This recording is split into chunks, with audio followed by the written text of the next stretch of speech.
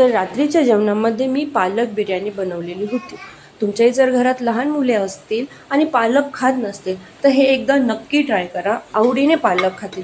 तर सर्वात पहिले मी काय केले, कुकरमध्ये तेल असे कडकडीत गरम केले आणि त्यामध्ये लसूण आणि जिरं टाकून घेतले. लसूण चांगला फ्राय होईपर्यंत इकडे मी पालक असा स्वच्छ धुवून घेतला, तो शिजवून घेतला आणि गार होण्यासाठी तिथेच ठेवला. इथे मी लगेच पुढची तयारी करून घेतली.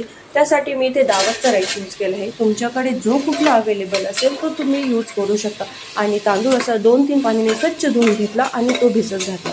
त्यानंतर इथे मी कुकरमध्ये चॉप केलेला कांदा, ढोबळी मिरची आणि त्यानंतर लगेचच मी जिरे टाकले, हळद टाकली आणि मीठ टाकून ते चांगले परतवून घेतले. तुम्ही इथे तुमच्या आवडीप्रमाणे व्हेजीस कट करू शकता. तुम्हाला बारीक आवडत असेल तर तुम्ही बारीक चॉप करा. तुम्हाला रफली आवडत असेल तर तुम्ही थोडंसं जाडसरीत व्हेजीस ठेवल्या तरी चालेल. लगेच त्यामध्ये मी टोमॅटो घालून घेतले आणि सर्व मिश्रण एकजीव करून घेतले. असं गोल्डन कलर आला पाहिजे इतकं मी ते हलवून घेतलं आणि गॅसची जी फ्लेम होती ती लोच ठेवली, जेणेकरून आपल्या हे सर्व व्हेजीस डागल्या नाही पाहिजे. इथे मी माझे घरगुती मसाले यूज केले आहेत. मी मार्केटमधले मसाले यूज केले नाही, कारण की मुलांच्या शरीरास ते हानिकारक आहे. तुमच्याकडे जर चिकन बिर्याणी मसाला असेल किंवा व्हेज मसाला असेल, व्हेज बिर्याणी मसाला असेल तर तुम्ही तो यूज करू शकता.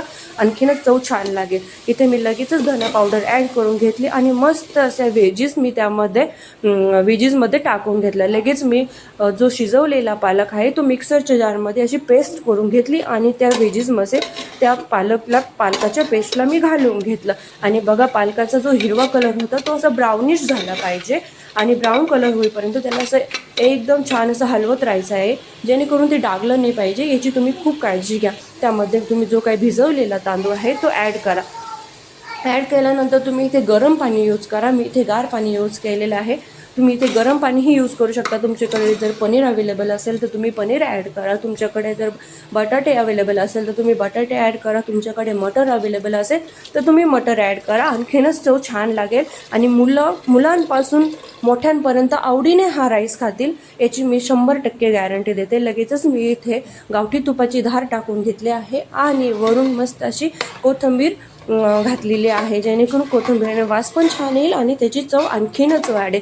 आणि लगेचच मी कुकरचे ते हलवून घेऊन कुकरचे झाकण मस्त असे पॅक करून दिले आणि शिट्टी वाजण्याची वाट बघितली. तर बघा, इतकी सोपी रेसिपी आहे, पण भांडे बघा किती निघते.